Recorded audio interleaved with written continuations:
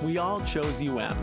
Whether you love this university or hate it, we define our college experience.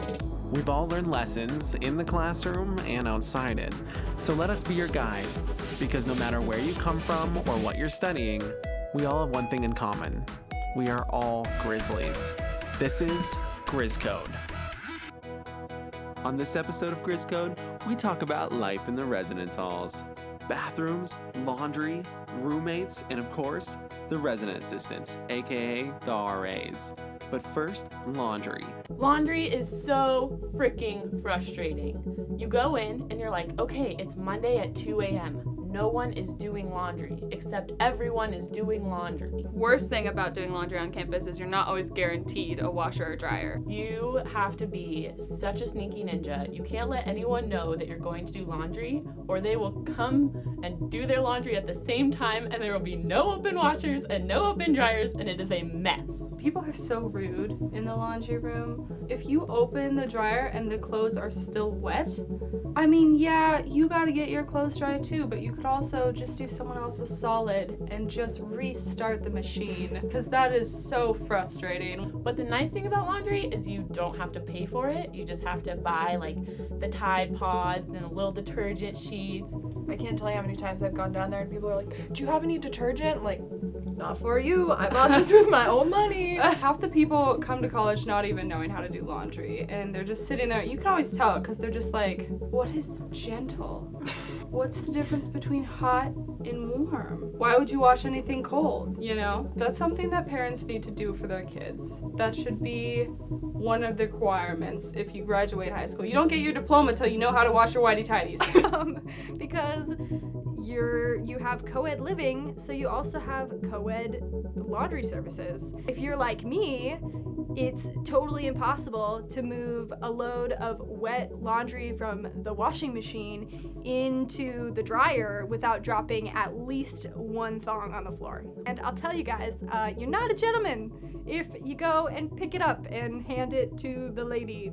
That is unwanted chivalry. Come prepared. Like, have your detergent with you. Like, maybe have your clothes a little bit separated. Like, if you want to wash your pants separate from your shirt, that is one of the most frustrating things for me. Like, when I'm standing there waiting to, like, move things and there's some girl, like, trying to pull her thong from her leggings. When they're folding them in front of the dryer that you want to use too, like, there's no way they're gonna take those up to their room and do it. It's gotta be done right then and there. No wrinkles. No unwanted creases. Not today.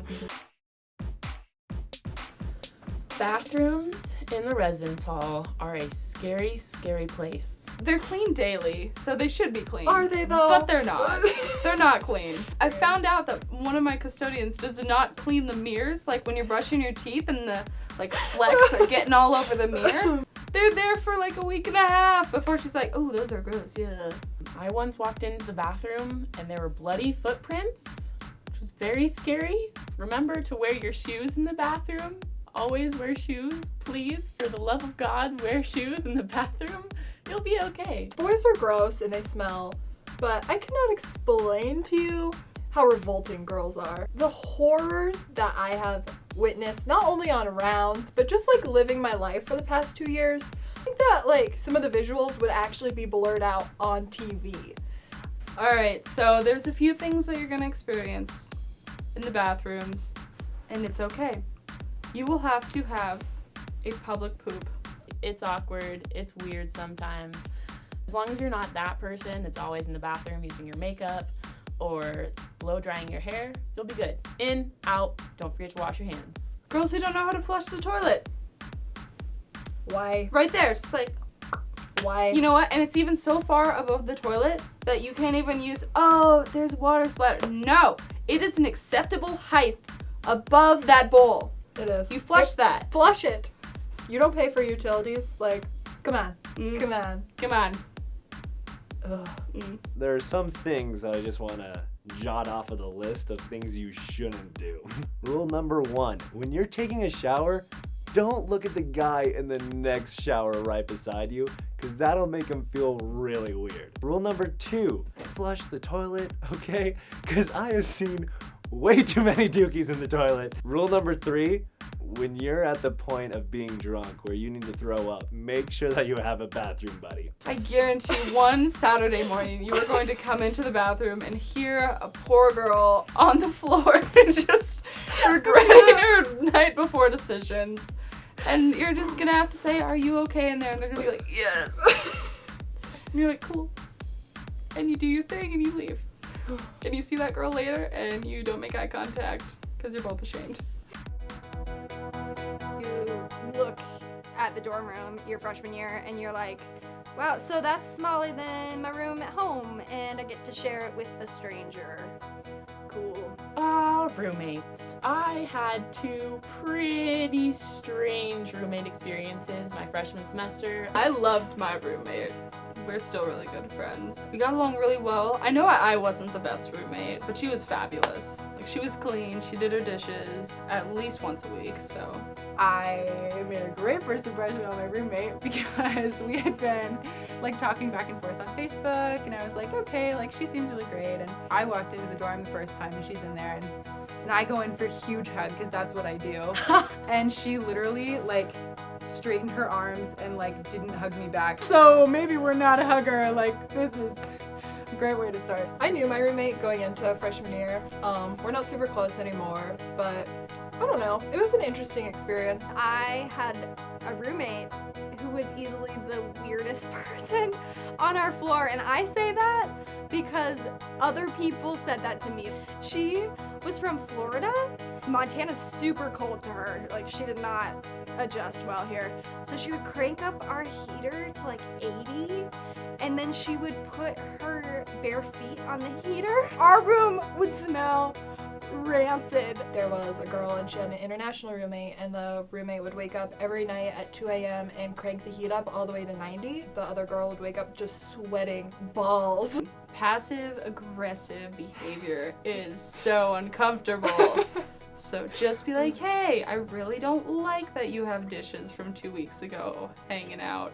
Then they'll be like, oh God, that's embarrassing, but I understand. Yeah, I think communicating with your roommate is like the most important thing you can do, because if you don't and you're like, oh, I don't want to be rude, it's the first week of school, like I'm just gonna let this stuff slide, then it becomes habitual.